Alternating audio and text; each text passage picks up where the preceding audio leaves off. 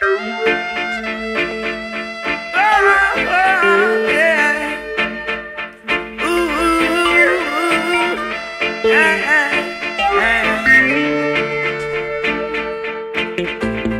can't keep a good man down. Always keep a smile when they want me to frown.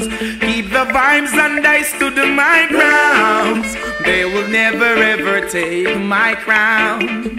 Oh, Jah bless, I say no man curse. Things getting better when they thought it would be worse. Here comes the officers asking for a search. They found no weapon, just only a draw first. But I'm so solid as a rock, they just can't stop me now. Even when they set their trap. Hey everybody, how you doing? My name is Adewale Ishola, aka Fixx. Right now we are tipping my documentary for my upcoming book, the self-help book called The Driver. Right now we are at the location for the documentary, and we at Wing Express, as you can see, owned by one of my close friends, business partner Karim Adefoshe. As you can see, this Karim right here. And so in the nearest future, we plan to host a couple of events here every Sunday. People like Fela Night, you know, kind of like a lounge where people can just have a good time, relax, music playing, food eating, and just socializing, all those kind of events. Right now we're gonna go inside and meet my other friends, family members, and we're gonna get along, have a good time, and get the interview. Hello everyone, my name is Adewale Ishola, aka Fixx or DJ Fixx. I was born and raised in Nigeria for 13 years of my life before I came to the States to join my family. Pretty much, I just love life. I love having a good time with my family, mutual friends, anyone that can be productive and positive around me. Well, coming to the States in 1996 was a big transition for me. Being the last member of my family that was born in Nigeria, all my other siblings were born in America. So I was the last to come to the States.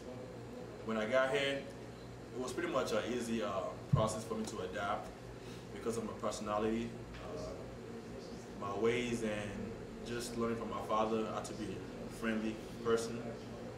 And at an early age, I realized that you could easily become successful in America if you know the right tools, you go through the right direction, and you listen. Well, it's easy, at the same time it's not that easy, but if you follow all the guidelines, you could pretty much be successful in America. Well, over the years, I would say at an early age I achieved a couple of things. For example, when I was in high school, I danced on stage. I was in a dance group. For International Day, I would say we danced to reggae, and my mother actually saw me dance for the first time in public. It was kind of embarrassing, but at the same time I had fun doing it. My sisters were out there too with my friends, and about 2.5 years ago, I started DJing, and over the past few years, I would say I've become a successful DJ in the Chicago area, even though I have a lot of work to do. And my recent achievement is the self-help book that I'm working on, The Driver. It's a book about life in general, how to invest, relationship between parents and children, couples, just general knowledge pretty much. I also have a poetry section in the book, so people could read the book and relate to it, be entertained, educate themselves. Because if you look at it, the newer generation, they need a good example. They need to be inspired and motivated, and it's up to us to do these things for them, show them way, and we can make the world a better place. Look at it. They're very patient, understanding. They know what life is about. Men tend to hide the emotional side. They want to show their macho side all the time, but women without women, the world will be going down the hill pretty much. And as for children right now, I don't have any children, but I plan to have kids in the future, definitely, when I'm married, of course. Am I single? No, I'm not single. I do have someone in my life, and I kind of thank God for her. She's been very supportive in everything I've been doing. She's understanding, she's patient, and she's a great cook. I love food. So when people noticed that I became a DJ, they were kind of surprised because I was a guy that cares about his parents, goes from being a fashion, not an icon, but I just love everything about fashion. I just love fashion pretty much. How did I go from that to becoming a DJ? Well, music inspired me in a lot of ways. From listening to Fela, Bob Marley, Biggie, Tupac, you can easily express yourself with music. Not necessarily rapping or singing, but even when you write, you can write music in a form of poems, poetry rather. And it allowed me to express myself and just doing positive things in life. And I went from music writing into book writing because it's kind of like similar to each other if you look at it. I will be in my car listening to music all the time, my iPod, and I started picking up ways of life. A lot of people know about things, but they don't really take actions until you see them visually. For example, in school, we hear about different things. We try to learn, but we don't really do what we have to do until we actually get the book in front of us and start reading. You could tell a student there's a test next week, but they won't start reading until they feel the need that they have to read a book. And one of the things that probably doesn't know about me is that I'm a mama's boy. I love my mom, and my mother loves me. I actually talk to my mother every morning before she goes to work. Usually I used to get upset that why is she calling me every day, but I started growing up and I realized that it's just the love that she has for me. Because my mother has been there for me in all ways.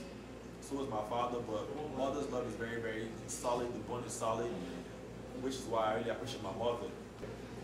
And people will usually ask me when I have kids, will I whoop my kids? Yes, I will whoop my kids if I have to. It's a form of discipline that I believe in, and as children are very, very, they're very delicate and sensitive. If you talk to them, you relate to them, just have a relationship with them, they will actually respond by bonding with you. But if I have to actually whoop them to get them in shape, I will do that. And as for my relationship with God, I really believe in God. I thank God for my life, for my family's life, my friends' life, loved ones. Without God, I wouldn't be here today. God is the reason why I'm still alive, I'm healthy. God has given me so many chances because I could have gotten in so many trouble with the police, with the law. Even before I got my green card, I could have gotten in trouble and got deported, but God's grace, I was untouchable, and God really helped me. It's been good to my family too. And well, in the future, from now, I plan to get involved in charity work, helping the poor. Most likely, I would like to be a motivational speaker for the children, high school kids, and just playing my part to make the world a better place. And most definitely, I would like to be successful in all areas, which is keep writing and keep earning money, which is why we are here in life, to earn money, to take care of our family members.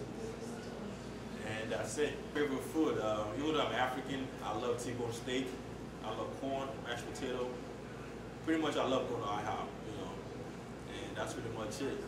And you can't go wrong with some goat meat. I love goat meat. I don't do pork, but I love goat meat.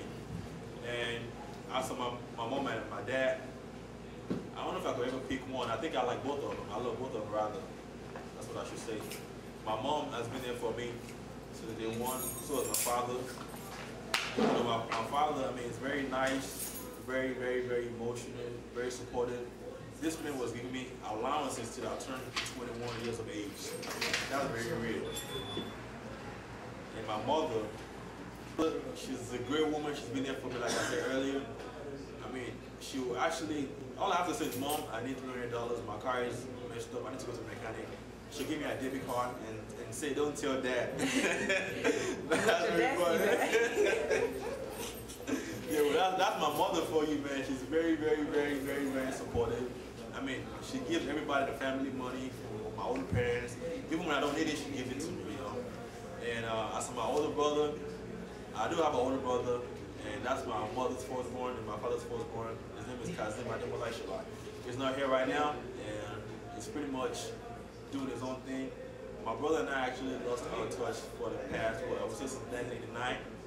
But we really miss him. I miss him. And if you're watching right now, wherever you are, man, we love you. Come home. And if you want to get in touch, you go to my website, www.fixxproductions.com.